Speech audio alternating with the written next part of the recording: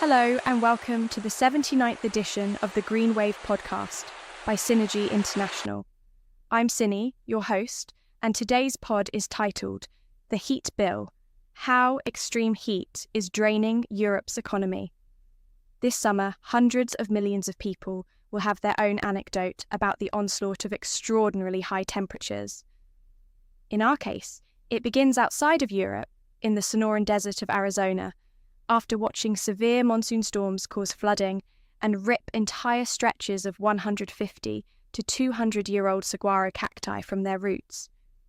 You don't need statistics to grasp the violence of the weather when giants of the desert, having survived centuries of rain, thunder, and drought, are lying across the ground. The anecdote gives the scale. The records tell us this summer's heat has become an economic event, reaching far beyond the thermometer. Heat and intense rainfall arrive through different weather mechanisms, but the economic exposure is shared.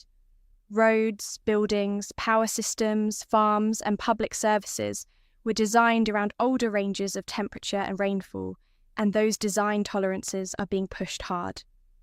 Ahead of the July 4th weekend, which celebrated America's 250th anniversary, areas containing more than 150 million Americans were under heat alerts.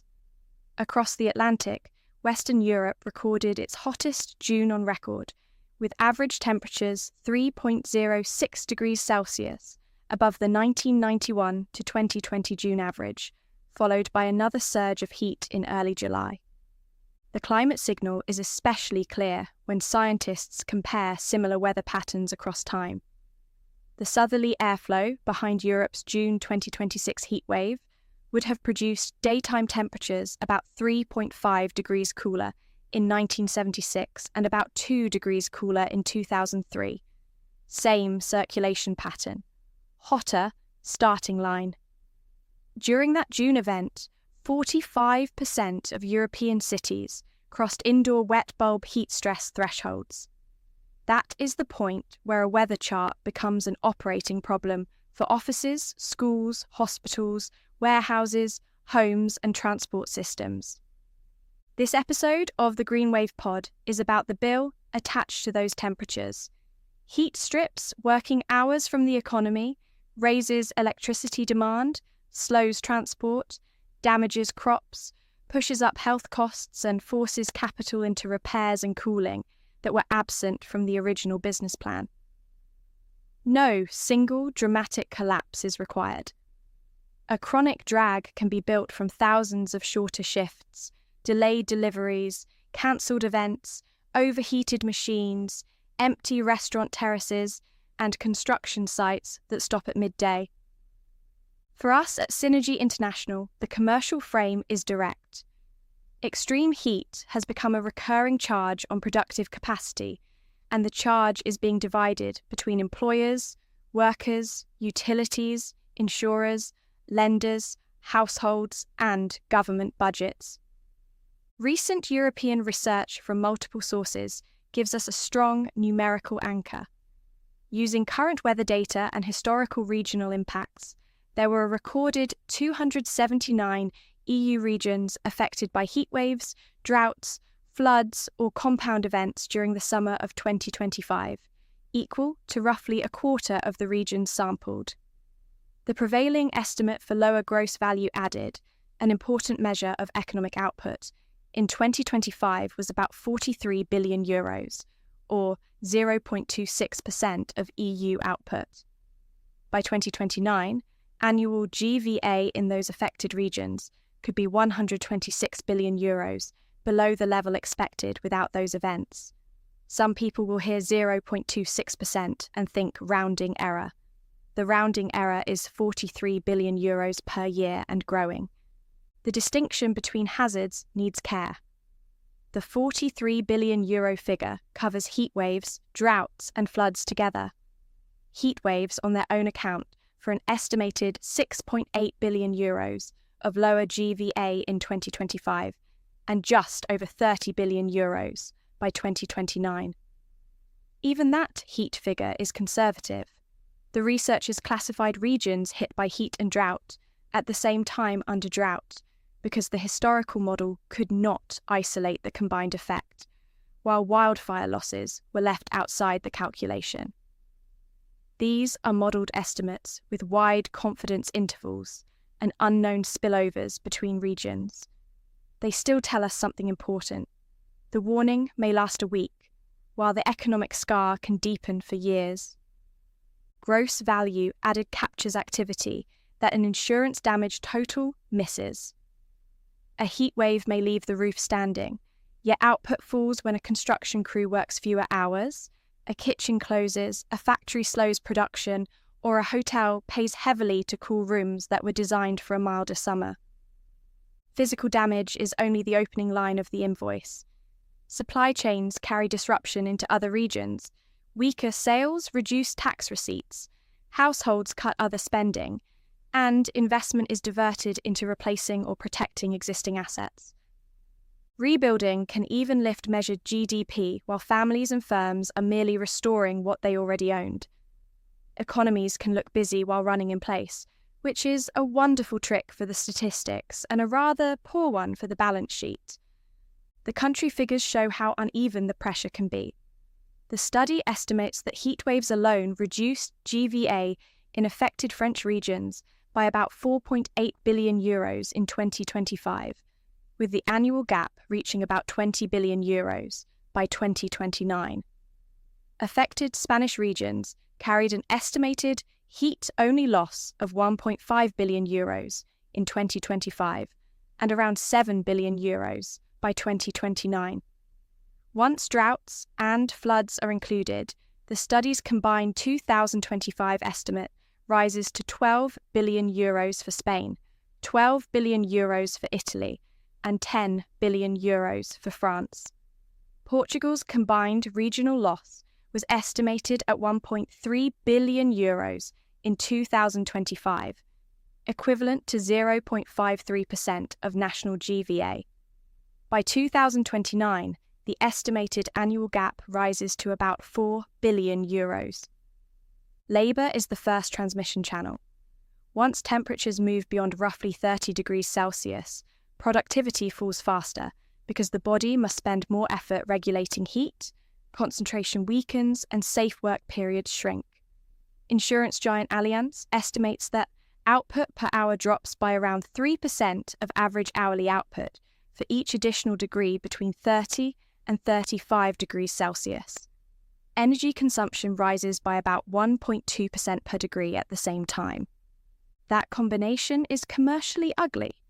The employer buys more electricity while receiving less output from each hour, and wage adjustments often arrive later, which means the first hit lands on margin. Construction is an obvious case. Projects lose workable hours, concrete pours move into the night, safety breaks increase and completion dates slip, while contractors still carry equipment hire, supervision, financing costs and delay exposure. Agriculture faces the same physiological limit with less shelter. Farm workers, harvest crews and livestock all operate inside the heat, and the option to shift every task to 4 a.m. runs out quickly when a whole region is trying the same schedule. Warehouses, ports and logistics yards are exposed as well. A distribution centre can have modern software, perfect barcode discipline, and a roof that turns the picking floor into an oven by 2 p.m. Europe is unusually exposed through its building stock. Air conditioning penetration averages about 19% across Europe, compared with roughly 90% in the United States, while dense cities and ageing populations increase vulnerability. Europe built homes to retain heat with admirable discipline. July has now read the specification. Large-scale cooling adds a second bill through peak electricity demand and local grid capacity. Millions of households buying air conditioning units can protect health and productivity, but those compressors arrive together during the hottest hours and ask the distribution network a very expensive question. Passive cooling, external shading, better ventilation and reflective surfaces can reduce that load. So can insulation designed around summer performance, although plenty of older buildings currently behave like storage heaters with windows. The power system feels pressure from both directions. Cooling demand rises while high air and water temperatures can reduce the efficiency of thermal generation, constrain water-dependent plants, and increase losses across electricity networks. Drought then cuts hydropower output and restricts the water available to industry, agriculture, and cooling systems. A heat wave becomes an energy problem, and the energy problem feeds back into the cost of managing the heat wave. Data centers make this tension impossible to ignore. Their power demand is steady, their cooling requirement rises with ambient temperature, and downtime is unacceptable. So grid connections, water use, backup systems, and heat rejection all need to be sized for the hot week rather than the pleasant annual average. Hospitals, cold chains, and food processing plants face the same operational test, with less freedom to turn equipment down. The spreadsheet can keep pretending August behaves like 2010. The compressors cannot. Any project finance model that treats cooling load, water availability, or extreme temperature downtime as a footnote is already stale. The lender needs to know who carries peak power costs, how much grid capacity is firm, where water comes from, and which party pays when output drops. Transport infrastructure carries another part of the bill. This July, railways buckled, roads softened, and power systems strained across Europe, exposing networks built for narrower temperature ranges. At Oslo Airport, crews sprayed around 9,000 litres of water onto key areas of tarmac to stop the surface softening under aircraft. Stockholm spent about 100,000 Swedish krona painting sections of metro track white to reduce buckling risk. Painting railway tracks white sounds like the sort of idea proposed after the maintenance meeting has run out of coffee. It can still be far cheaper than a warped line, a stranded train, and a day of compensation claims.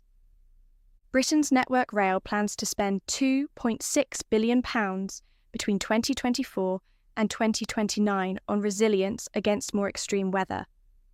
Across Europe, weather-related rail interruptions between 2015 and 2024 added up to the equivalent of 1 to 3 years of railway service. Those costs travel through contracts. Passenger operators pay compensation, freight misses slots, factories wait for components, crews work overtime, and infrastructure managers bring forward maintenance that had been scheduled for later years. Waterways add another layer. Low water on the Rhine and Danube reduces the loads barges can carry, forcing more vessels to move the same cargo and pushing freight onto rail and road networks that may already be under heat pressure. Fuel, chemicals, grain, and industrial raw materials all move through these river corridors. The Rhine does not care what the logistics contract promised, and a shallow channel can become a macroeconomic variable with remarkable speed. Agriculture passes the heat bill into food prices. Crops lose yield, fruit quality declines, livestock produce less, irrigation demand rises, and harvest dates move, while drought reduces the water available to solve the problem. The inflation effect often arrives months after the weather. Recent droughts in Spain and Italy helped push EU olive oil prices sharply higher, while heat and drought in cocoa-producing regions have shown how a regional crop shock can move supermarket prices across the world. Lower-income households carry a heavier share because food and electricity absorb more of their budget. A family paying for extra cooling and more expensive groceries has less room for rent, transport, and other essentials. Tourism presents a similar contradiction. Warm weather can extend a season, but extreme heat empties streets, reduces daytime activity, raises hotel cooling costs, and makes outdoor attractions harder to operate safely. Mediterranean destinations may lose some peak summer demand to cooler northern locations, while hotels face higher capex for cooling, shading, water efficiency, and fire protection. Even the chilled glass of wine has a temperature limit beyond which the customer orders water and goes back indoors. human health is the largest cost and the one that deserves the least cleverness. The World Health Organization says heat claimed more than 200,000 lives across the EU and associated countries over the past 4 years, with most of those deaths considered preventable. Hospitals and care systems absorb the immediate pressure through emergency admissions, ambulance demand, staff exposure, and cooling requirements. Families carry the loss long after the heat warning disappears from the phone. Heat action plans save lives by coordinating alerts, care services, local authorities, and emergency response. A warning label has never cooled a care home, so plans need buildings, equipment, trained staff, and budgets behind them. The fiscal cost then builds through lower tax receipts, higher health spending, emergency support, benefit payments, and repairs. Local authorities face the sharpest version because roads, schools, care facilities, parks, and public housing cite on their books. Governments often treat each event as an emergency and reach for temporary funds. When the same pressure returns every summer, the emergency has become an operating model, and that is poor public finance. Insurance covers only part of the exposure. EU advisors estimate that roughly a quarter of climate-related losses are insured, leaving households, firms, and governments to carry the rest. Heat is especially awkward for insurers because much of the loss appears as lower productivity, business interruption, crop damage, health costs, or gradual asset deterioration, rather than one clean, visible event. Policy wording written around fire, flood, and storm can leave a wide gap around days when a business simply cannot operate normally. Uninsured losses migrate onto corporate balance sheets, household savings, and public budgets. The bill moves. Small businesses have the thinnest buffer. A restaurant that closes its terrace, a builder that loses afternoon shifts, or a shop that installs new cooling can take the hit directly through cash flow, with little scope to spread it across regions or business lines. Lenders will eventually meet this exposure through weaker borrowers.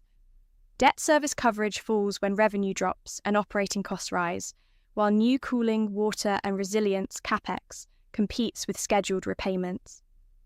Bank risk committees understand outage days, insurance exclusions, equipment temperature ratings, lost labour hours, and margin. Vague climate language earns a polite nod. A borrower, with a warehouse that becomes unusable. Every July earns a much longer meeting. Long-life infrastructure needs a tougher appraisal. A 25-year industrial project should be tested against higher peak temperatures, water restrictions, grid stress, worker safety rules, supply chain interruptions, and the availability of insurance throughout the loan tenor. Senior debt cannot be repaid with an average annual temperature. The adaptation bill is already large. EU climate advisors put current annual damage to buildings and infrastructure from weather and climate extremes at around €45 billion, about 5 times the level recorded in the 1980s.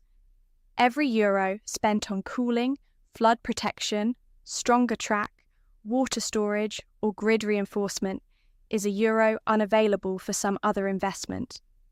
Repeated disruption destroys more value and leaves governments buying the same repair twice. Investment and capital can rise after a heat wave as regions protect assets and repair damage, while productivity still falls because that capital is being used to preserve existing output rather than expand it. That is the commercial trap. A city can spend heavily and remain poorer than its previous path because the money has been diverted from new housing, transport capacity, industrial equipment, or public services into keeping current systems functioning. Policy needs to catch up with the physical asset base.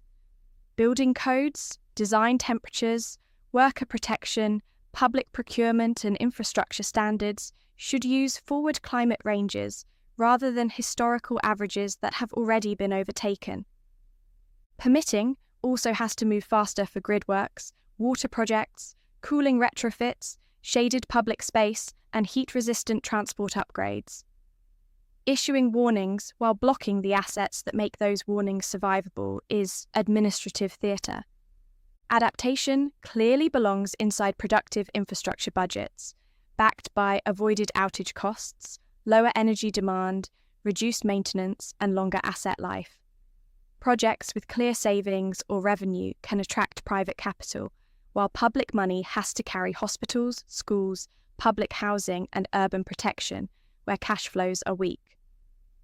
The financing structure should follow the beneficiary. Utilities can recover prudent grid spending through regulated charges. Building owners can finance efficiency through energy savings. Employers can invest against lower downtime.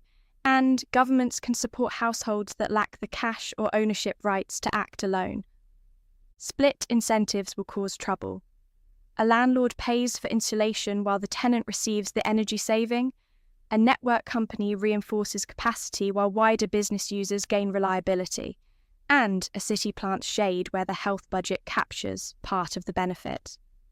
Those gaps require contracts, regulation, and public guarantees that allocate costs sensibly. Otherwise, every party waits for someone else, and summer keeps collecting interest. Worker protection needs equal clarity. Rest breaks, shade, hydration, altered shifts, and stop work thresholds protect health, yet they also affect contracts, wages, completion dates, and liability. Outdoor workers and low-income households carry the harshest exposure because they have less control over working hours, housing quality, and cooling. The heat bill is regressive long before it appears in a government report. Employers need rules they can price, workers need pay protection they can trust, and clients need realistic delivery schedules. Pretending a 42-degree day is a normal working day merely transfers the cost into accidents, illness, and rushed work. Back in the Sonoran Desert, those uprooted saguaros offered a blunt image of thresholds. Old roots met new conditions, and centuries of survival provided no guarantee against the storm that finally shifted the ground beneath them. Europe's railways, pipes, buildings, grids, and water systems are long-lived assets rooted in their own assumptions. They can operate for decades, then fail in 1 week when heat, dry soil, low water, wind, and heavy rain combine. Capital is most useful before that failure. Political budgets have a habit of arriving afterwards, once television cameras, compensation claims, and emergency procurement have made the cost impossible to ignore. Europe must decarbonise and adapt at the same time. Grid reinforcement, efficient buildings, local generation, storage, water management, and better urban design can cut emissions while making assets easier to operate through extreme weather. Trying to sequence those jobs gives the climate a veto over the timetable. Heat will not wait for a more convenient budget cycle, and lenders will price delay once the evidence reaches default rates, insurance renewals, and asset valuations. Profitability begins with an asset that can operate. Resilience has entered operational economics, project finance, and industrial competitiveness. The final point is simple. The heat bill arrives whether Parliament votes for it or not, and the money will either build stronger assets or disappear into lost output, emergency relief, medical care, and repeated repair. Well, that's a wrap on our 79th episode. Thank you for giving us your time. You can listen to the GreenWave podcast on Apple Podcasts, YouTube, Podbean, Spotify, iHeart, Podchaser, Boomplay, and Player FM. Please follow the podcast, share this episode with your network, and leave a review on the platform you use. You can also follow Synergy International on LinkedIn, Facebook, and Instagram, and find us at synergy-international.net. Until next time, keep riding the green wave of sustainability.